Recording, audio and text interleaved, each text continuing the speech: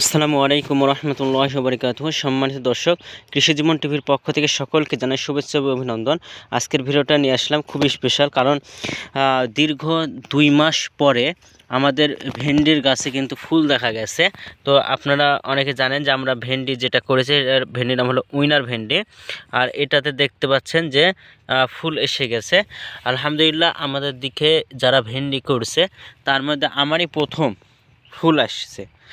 এখন পর্যন্ত কারো ফুল ফুটে না, আর আমারও তো ব্যাপকভাবে ফুটে নাই। এই যে এখানে একটা গাছে ফুটছে, আর এখানে একটা গাছে ফুটছে, আর ওই দিকে একটা গাছে ফুটছে, মানে 3টা গাছে আমি এখন পর্যন্ত লক্ষ্য করলাম যে 3টা গাছে ফুটছে।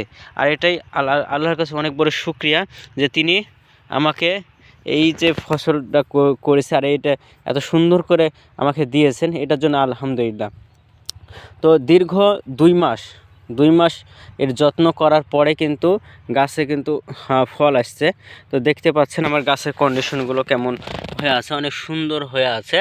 তো অনেক ভাই প্রশ্ন করেন যে ভাই গাছ কিভাবে বড় করব, কি বিষ স্প্রে করলে, কি ওষুধ স্প্রে করলে তাড়াতাড়ি গাছটা বড় হবে।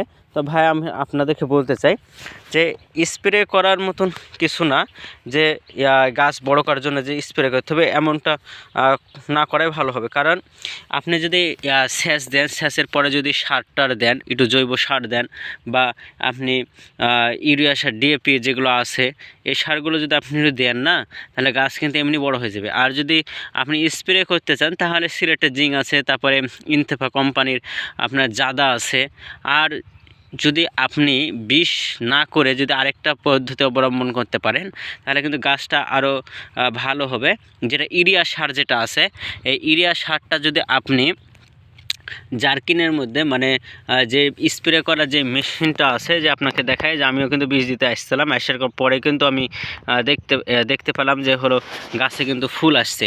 তো আমি কিন্তু স্প্রে করলাম ওই ইউরিয়া সারটা একটা জারকিনে আমরা কী করলো 1/2 কেজি মতন ইউরিয়া সার কিন্তু আমি দিয়েছি, এবং সাথে সাথে অন্য বিষগুলো দিয়েছি, যেরকম লেদা মারা, তারপরে আপনার ছোট ছোট গুড়ি পোকা যেগুলো আছে, তারপরে কারেন্ট পোকা।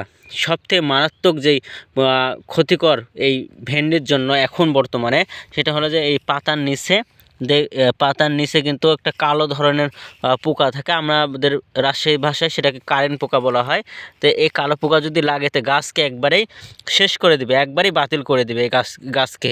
তো এজন্য আমরা ওই বিষটা দিলাম, কারেন্ট পোকার বিষটা দিলাম। তো দেওয়ার পরে আলহামদুলিল্লাহ কিন্তু নাই, ওই পোকাটা নাই। অন্য জনের জমিতেই কিন্তু সেই পোকাটা দেখলাম।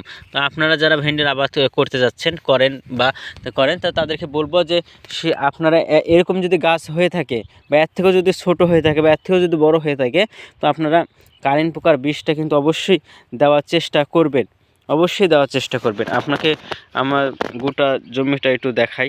দেখেন, গাছ কিন্তু আলহামদুলিল্লাহ অনেক ভালো আছে, এবং এরপরে শেষে কিন্তু আমরা একটু বেশি করে সার প্রয়োগ করব, যাতে করে গাছটা একটু বড় হয়ে যায়।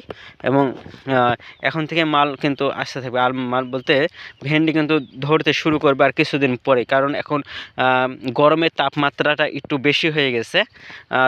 তার জন্যে কিন্তু ফল কিন্তু এখন আটকাতে থাকবে।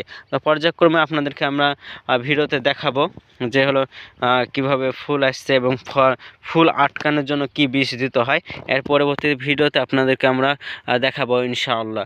তো আমার ভিডিওটি ভালো লাগলে অবশ্যই চ্যানেলটি সাবস্ক্রাইব করে পাশে থাকবেন। আর যদি কোনো কিছু জানার দরকার লাগে, তো কমেন্টে জানাবেন, তাহলে অবশ্যই আপনাদেরকে দেওয়ার চেষ্টা করব। নিজে ভালো থাকুন, সুস্থ থাকুন, অপরকে ভালো রাখুন। আসসালামু আলাইকুম ওয়া রাহমাতুল্লাহি ওয়া বারাকাতুহু।